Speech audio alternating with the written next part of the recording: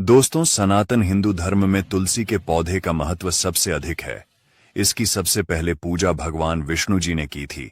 श्री हरि कहते हैं, जिस प्रकार देवी लक्ष्मी से वैकुंठ को ऐश्वर्य प्राप्त है, उसी प्रकार वैकुंठ में तुलसी के कारण ही पवित्रता प्राप्त है।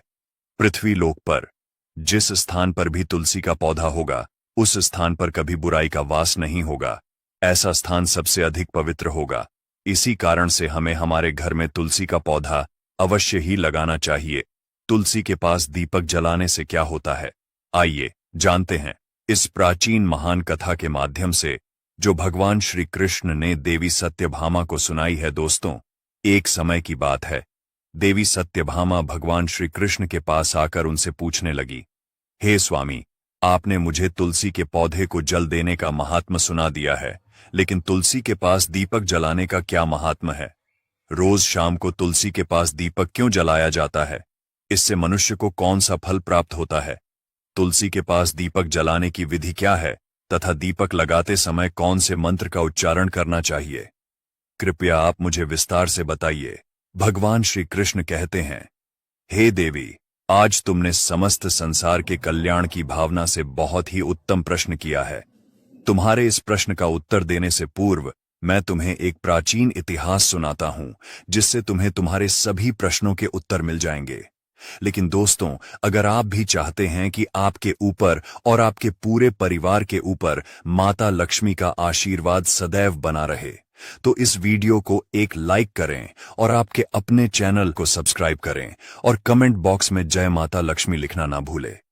शाम के समय तुलसी के पास दीपक जलाने से जो पुण्य मिलता है, उसी का वर्णन मैं इस कथा में करूंगा।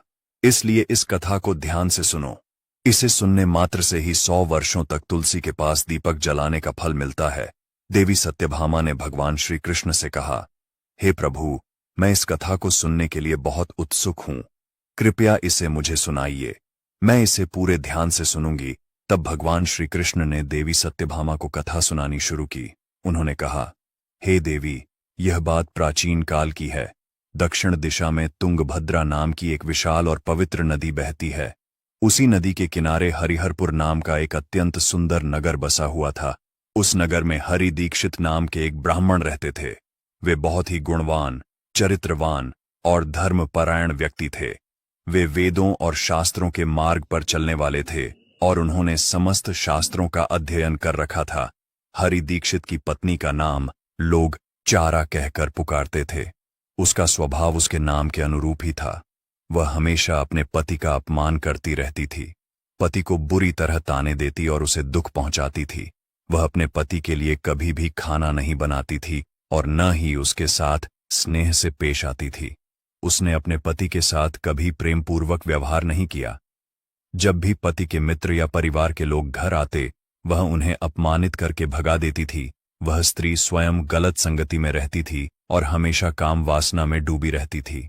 उसका मन अपने पति से हटकर पराये पुरुषों में लगा रहता था और वह अन्य व्यभिचारी स्त्रियों के साथ घूमती रहती थी। उसने कभी अपने पति से प्रेम पूर्वक बात नहीं की, किंतु पराये सुंदर पुरुषों के संग बैठकर बातें करती थी। पराये पुरुषों को मोहित करने के लिए सज धज कर गांव में घूमने जाया करती थी। कभी वह वन में किसी वृक्ष के नीचे खड़ी रहकर सुंदर पुरुषों की राह देखती और किसी दुष्ट पुरुष को मोहित करके उसके संग भोग विलास किया करती थी। एक दिन हरि दीक्षित ने अपनी पत्नी से कहा, हे भद्रे, तुम्हारा यह आचरण उचित नहीं है। इस प्रकार से पाप करने पर तुम्हारा अहित ही होगा। इसीलिए तुम अभी से यह सब बुरे काम करना छोड़ दो। तुम्हारे इस प्रकार के व्यवहार से मुझे बड़ा दुख हो रहा है। तब उस दुराचार स्त्री ने कहा, ना जाने किस पाप के कारण मेरा तुझ जैसे भिखमंगा के साथ विवाह हुआ है। लगता है पिछले जन्म में मैंने पाप ही किए होंगे। इसी कारण से मुझे ऐसा गरीब पति मिला है। तू मेरी कोई भी इच्छा को पूर्ण नहीं कर सकता। मुझे विवशता के कारण तेरी इस झोपड़ी में रहना पड़ता है, भिक्षा में लाया हुआ भोजन खाना पड़ता है और अधिक मैं इस कष्ट को सहन नहीं करने वाली। किसी दिन मैं तुझे छोड़कर अवश्य चली जाऊंगी। तेरे साथ रहूंगी तो इस जन्म में भी मेरे द्वारा पाप ही होंगे। इसलिए अब मैं किसी अन्य धनवान पुरुष से विवाह करूंगी। हरि दीक्षित ने अपनी पत्नी से कहा, हे प्रिय, तुम इस प्रकार के अपशब्द ना कहो। इस प्रकार से अपने पति को त्यागने का विचार मन से छोड़ दो।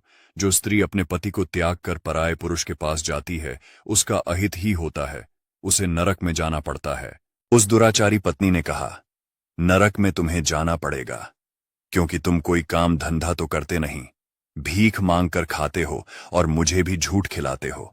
पत्नी को दुखी और असंतुष्ट रखने वाला पति भी नरक में ही जाता है, और तुम्हारा घर कोई नरक की सजा से कम नहीं है। तुम्हारे साथ इस घर में रहने से अच्छा है मैं नरक में जाकर रहूं। इस प्रकार उस हरि दीक्षित की पत्नी ने अनेक प्रकार के कटु वचनों से अपने पति का अनादर किया और उसे अपमानित किया। श्री कृष्ण कहते हैं, हे देवी, जो स्त्री अपने पति का अनादर करती है, जो अपने पति का अपमान करती है, उसके घर में दुर्भाग्य ही आता है। पति को छोड़कर पराये पुरुष के पास जाने वाली स्त्री को नरक में दंड अवश्य ही भोगना पड़ता है। अब आगे सुनो, उस दुराचार स्त्री के साथ क्या होता है। एक दिन वह दुराचार स्त्री वन में जाकर एक वृक्ष के नीचे खड़ी हो गई। उसका चित्त काम से भरा हुआ था। वह किसी सुंदर कामी पुरुष की राह देख रही थी, किंतु बहुत समय बीतने के बाद भी उस स्थान पर कोई पुरुष नहीं आया। इसीलिए वह अत्यंत दुखी हो गई और प्रियतम की खोज में इधर उधर देखने लगी। उस दिन उसका सारा परिश्रम व्यर्थ हो गया। वह वहां खड़ी होकर वह नाना प्रकार की बातें कहकर विलाप करने लगी। हाय हाय, आज तो इस मार्ग से कोई भी सुंदर पुरुष नहीं आया। अब मैं कैसे अपनी काम शांति करूं? आज की रात कैसे बीतेगी? कौन मेरे सुंदर शरीर का उपभोग करेगा? मेरी जवानी और सुंदरता तो अकारण ही नष्ट हो रही है। कोई भी सुंदर शरीर को पाने की कामना नहीं करता। अब मैं कहां जाऊं? कौन मुझे अपनाए? कौन मेरे साथ भोग विलास करेगा? मेरा पति तो मूर्ख है, लेकिन अब ऐसा लग रहा है कि यह दुनिया मूर्खों से भरी हुई है। कोई भी मेरी जैसी सुंदर स्त्री को पाने की इच्छा नहीं करता। मैं तो इतनी खूबसूरत हूं कि देवता भी मुझे पाने की इच्छा करेंगे, लेकिन यह संसार तो पापी और तुच्छ पुरुषों से भरा पड़ा है, जो मेरी जैसी अप्सरा के समान सुंदर स्त्री को नजरअंदाज कर रहा है। हे भगवान, अगर कोई सुंदर, बलवान और पराक्रमी पुरुष हो तो उसे मेरे पास भेज दो। चाहे वह मेरा भक्षण ही क्यों न कर ले, मैं खुशी खुशी उसे गले लगा लूंगी। भगवान श्री कृष्ण बोले, हे देवी। इस तरह वह स्त्री जंगल में जोर जोर से विलाप करने लगी। उसी जंगल में एक भयानक बाघ रहता था। उस स्त्री की चीखें सुनकर वह जाग गया और उछलकर उसकी ओर बढ़ने लगा ताकि उसे खा सके। उस बाघ का नाम था ध्वंस। उसका रूप बेहद डरावना था। उसका शरीर काले और नारंगी धारियों से ढका हुआ था, जो जंगल की छाया में मिलकर उसे छिपा देते थे। आंखें अंगारे की तरह लाल थीं, जो अंधेरे में भी चमकती थीं। उसके बड़े और नुकीले दांत जबड़े से बाहर निकले हुए थे, जो किसी भी प्राणी को चीरने के लिए पर्याप्त थे। ध्वंस की गहरी गर्जना पूरे जंगल में गूंजती थी, जिससे वहां के जीव जंतु कांप उठते थे। उसकी लंबी मजबूत पूंछ उसकी ताकत का प्रतीक थी। वह अपनी बलशाली टांगों से जंगल में बिजली की गति से दौड़ सकता था। उसका पूरा शरीर शक्तिशाली मांसपेशियों से भरा हुआ था, जिससे वह एक ही झपट्टे में अपने शिकार को धराशायी कर सकता था। ध्वंस उस विलाप करती स्त्री की ओर तेजी से बढ़ रहा था। उसकी नाक से बार बार गर्म सांसें निकलती, मानो वह हर पल अपने अगले शिकार की तलाश में हो। ध्वंस का एकमात्र लक्ष्य उन पापी और दुराचारी लोगों का भक्षण करना था, जिन्हें उसकी नियति ने उसे सौंपा था। उस भयंकर बाघ को अपने सामने खड़ा हुआ देखकर उस स्त्री के पसीने छूटने लगे। वह भय से थर थर कांपने लगी। वह स्त्री कुछ करती, इतने में ही उस बाघ ने अपने पंजे से उसे घायल कर दिया और वह स्त्री जमीन पर गिर पड़ी। जमीन पर गिरते ही वह स्त्री चिल्लाते हुए बोली, अरे बाघ, तू किस लिए यहां पर आया है? मुझे क्यों मार रहा है? मैं यहां पर अपने प्रियतम को खोज रही थी। तू मुझे छोड़ दे। मेरा भक्षण करके तुझे क्या मिलेगा? उस स्त्री की यह बात सुनकर वह भयानक बाघ क्षण भर के लिए रुक गया और हंसते हुए बोला, हे दुष्टा, आज विधाता ने तुझे मेरा ग्रास नियुक्त किया है। तुझ जैसी पापिनी स्त्रियों का भक्षण करना ही मेरा काम है, तभी मुझे इस शरीर से मुक्ति मिलेगी। वह स्त्री कहने लगी, हे बाघ, तुम कौन हो? मुझे सच सच बताओ, तुम्हें किस कारण से बाघ होना पड़ा और तुम मुझ जैसी स्त्रियों का भक्षण क्यों करते हो? पहले मुझे सारी बात बताओ और फिर मेरा भक्षण करो। फिर ध्वंस नाम का वह बाघ कहने लगा, हे पापिनी, मैं तुम्हें मेरे पूर्व जन्म का वृतांत सुनाता हूं कि किस कारण से मुझे बाघ होना पड़ा। पूर्व काल में दक्षिण देश अमलापाहा नाम की एक पवित्र नदी बहती थी। उसी नदी के तट पर मुनिपर्णा नाम की एक नगरी बसी हुई थी। यह नगरी अपने सुंदर मंदिरों, शांत वातावरण और धार्मिक अनुष्ठानों के लिए प्रसिद्ध थी। वहां एक ब्राह्मण का परिवार निवास करता था। मैं उस परिवार में जन्मा था। मेरा नाम वेदानंद था। मेरे पिता एक आदर्श ब्राह्मण थे जो यज्ञ, हवन और धार्मिक अनुष्ठानों का पालन करते थे।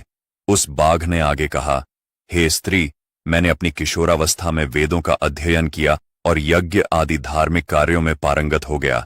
लेकिन जैसे जैसे मैं बड़ा हुआ, मेरे मन में धन का लोभ बढ़ता गया। अनेक यज्ञों का आयोजन किया, लेकिन वे यज्ञ धार्मिक उद्देश्य से नहीं बल्कि धन संग्रह के लिए थे। मैं उन पापियों के लिए भी यज्ञ करता था जो धर्म से दूर थे और उनके घर का भोजन करता था। मैंने धन के लोभ में उनके अनैतिक कार्यों का समर्थन भी किया। धर्म के मार्ग से भटकते हुए मैंने उन वस्तुओं का दान भी स्वीकार किया जिन्हें ब्राह्मण को नहीं लेना चाहिए।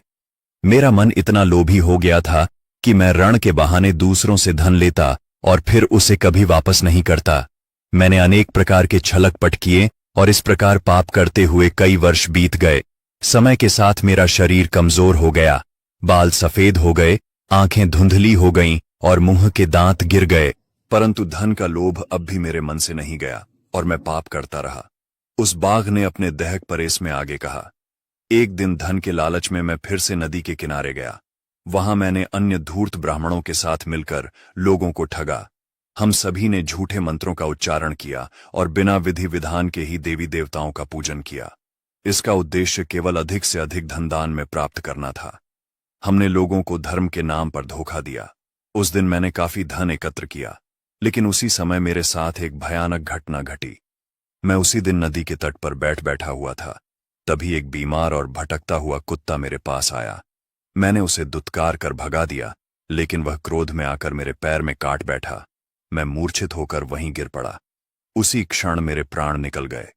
मेरी मृत्यु के बाद यम के 2 दूत प्रकट हुए।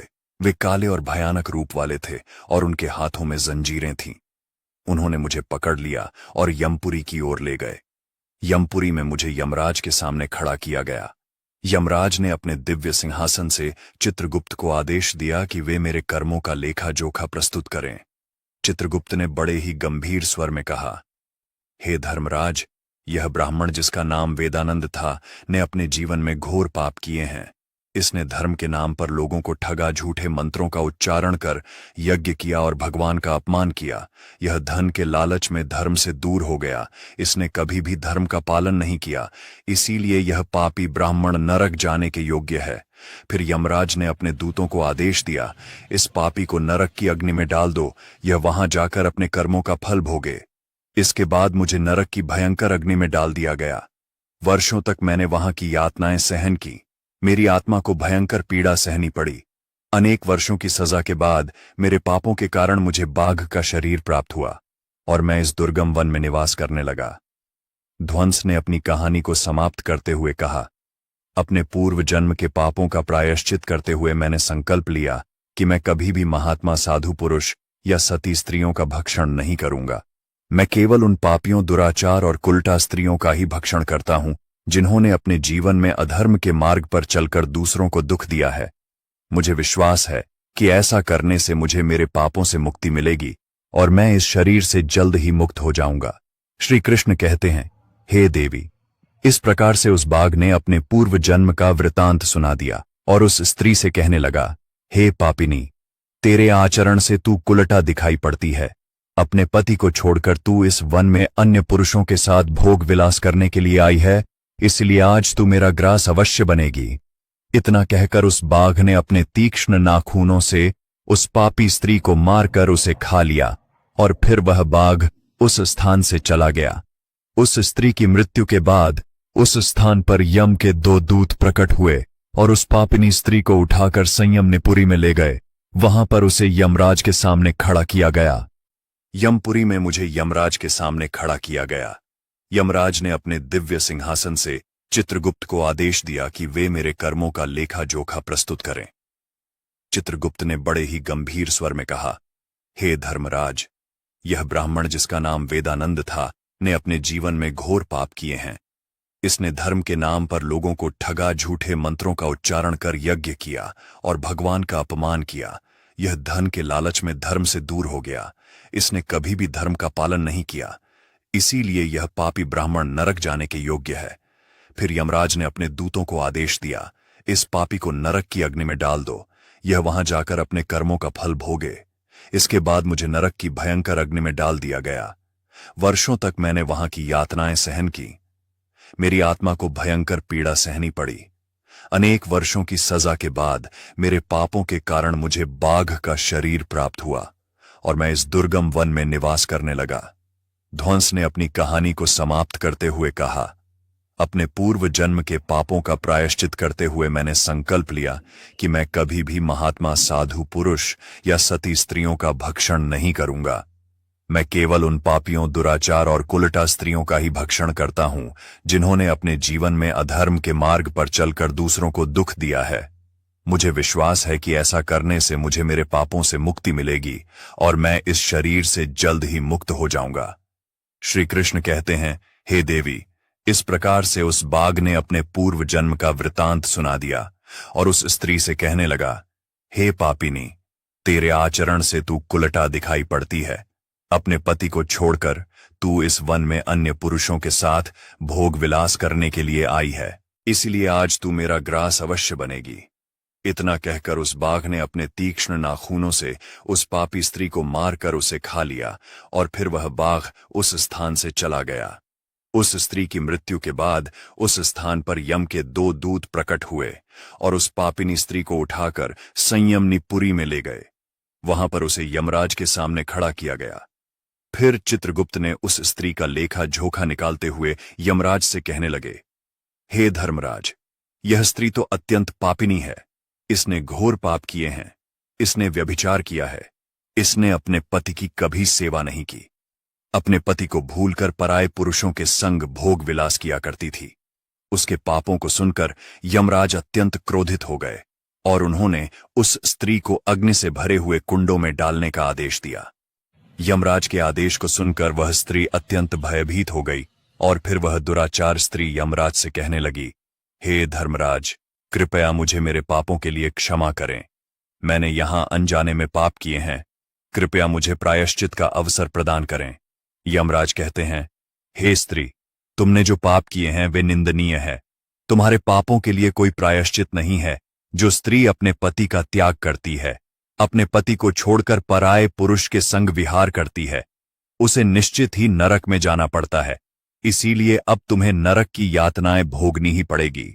फिर यमराज ने अपने दूतों से कहा, हे दूतों, इस पापी स्त्री को ले जाओ और इसे भयंकर नरकों में डाल दो। यह उसी के योग्य है। फिर यम के दूत उस स्त्री को नरक में ले जाते हैं। फिर अनेक वर्षों तक उसे जलते हुए तेल के कुंड में पकाया गया। फिर उसे निकालकर ररव नामक नरक में डाल दिया गया। इस प्रकार से उसे अनेक वर्षों तक अलग अलग नरकों में डाला गया। नरक में कष्ट भोगने के बाद वह महापाप स्त्री पुनः लोक पर आकर चांडाल के रूप में उत्पन्न हुई। चंडाल के घर में जन्म लेकर वह फिर से अनेक पाप करने लगी, व्यभिचार करने लगी, अनेक पापी पुरुषों के संग विहार करने लगी। फिर कुछ समय बाद पूर्व जन्म के पापों के कारण उसे कोढ़ का रोग हो गया और वह भयानक पीड़ा सहन करने लगी। उसका अंग अंग जलने लगा। उसके नेत्रों में पीड़ा होने लगी। इस दुख को सहन करती हुई वह दिन बिताने लगी। फिर एक दिन वह तीर्थ में स्नान करने के उद्देश्य से अंतपुर में चली गई। वहां पर वह एक आश्रम के बाहर निवास करने लगी। उस आश्रम में एक तुलसी का पौधा था। अन्य स्त्रियों को वहां पर तुलसी के पास दीपक जलाते हुए देखकर उस पापी स्त्री को बड़ा आश्चर्य हुआ। फिर एक दिन वहां पर निवास करने वाले एक साधु से उस स्त्री ने पूछा, हे साधु महाराज, यह कौन सा पौधा है और यह स्त्रियां इसके नीचे दीपक क्यों जला रही हैं? तब उस साधु ने कहा, हे कल्याणी, यह अत्यंत पवित्र तुलसी का पौधा है। इसके दर्शन करने मात्र से ही संकटों का नाश होता है। इस तुलसी को जल देने से देवी देवताओं की कृपा प्राप्त होती है तथा इस वकित पौधे के पास दीपक जलाने से समस्त पाप नष्ट होते हैं। उस साधु की बात सुनकर उस स्त्री को बड़ी प्रसन्नता हुई और उसने साधु से कहा, हे साधु महाराज, यदि कोई अत्यंत पापिनी स्त्री भी इसके पास दीपक जलाएगी तो उसके पाप नष्ट होंगे। क्या वह साधु कहते हैं, हे पुत्री, यह सत्य है। यदि किसी स्त्री ने घोर पाप भी किए हो तब भी उसके पाप नष्ट होते हैं। उसके सभी जन्मों के पाप भी तुलसी के पास दीपक जलाने से नष्ट होते हैं। किंतु हे पुत्री, तुम कौन हो और किस कारण से यह प्रश्न पूछ रही हो? वह स्त्री कहती है, हे साधु महाराज, मैं महापापिनी हूं। मैंने व्यभिचार किया है तथा अनेक प्रकार के पाप किए हैं। मेरे पापों के कारण ही मेरी ऐसी दुर्दशा हुई है। कृपया मुझे पापों से मुक्ति का उपाय बताइए। साधु कहते हैं, हे पुत्री, अब से तुम नित्य इस तुलसी के पास दीपक जलाओ। तुम्हारे समस्त पाप और दोष समाप्त हो जाएंगे। उस साधु की बात सुनकर उस पापी स्त्री ने भी वही किया। उसने तुलसी के पौधे के पास एक दीपक जला दिया। इस प्रकार से वह स्त्री नित्य उसी स्थान पर तुलसी के पास दीपक जलाने लगी। फिर एक दिन वह स्त्री शाम के समय तुलसी के पास दीपक जलाने लगी तो उसी समय उसका हृदय फटने से उसकी मृत्यु हो गई और वह वहीं जमीन पर पड़ी रही। फिर यमराज के 2 दूत उस स्त्री को यमलोक ले जाने के लिए उस स्थान पर प्रकट हुए। जैसे ही यम के दूत उस पापी स्त्री को पाश में बांधकर ले जाने लगे, भगवान विष्णु के 2 पार्षद उस स्थान पर प्रकट हुए। वे दिव्य पार्षद अत्यंत तेजस्वी और दिव्य आभा से युक्त थे। उनके शरीर से स्वर्णिम प्रकाश की किरणें निकल रही थीं, जो चारों ओर का अंधकार दूर कर देती थीं। उनका रूप इतना मोहक और दिव्य था कि उन्हें देखकर किसी का भी मन श्रद्धा से भर जाता। उनके चेहरे पर शांत मुस्कान थी, जो अपार करुणा और दया का प्रतीक थी। उनके वस्त्र रत्न जड़ित और रेशमी थे, जो नीले और सुनहरे रंग में चमक रहे थे, मानो स्वयं वैकुंठ का सौंदर्य उनके व्यक्तित्व में समाया हो। उनके कानों में सुनहरे कुंडल झूल रहे थे, जिनसे दिव्य संगीत की ध्वनि प्रतीत होती थी। उनके माथे पर तिलक और चमकती हुई बिंदी थी, जो उनकी दिव्यता का सूचक थी। वे दोनों विशाल कद और बलिष्ठ थे। उनके हाथों में दिव्य गदा थी, जो न्याय और धर्म की शक्ति का प्रतीक थी। वे उस स्त्री को अपने दिव्य स्पर्श से मुक्ति का आश्वासन देने आए थे, जिससे उसके सभी पाप नष्ट हो सके।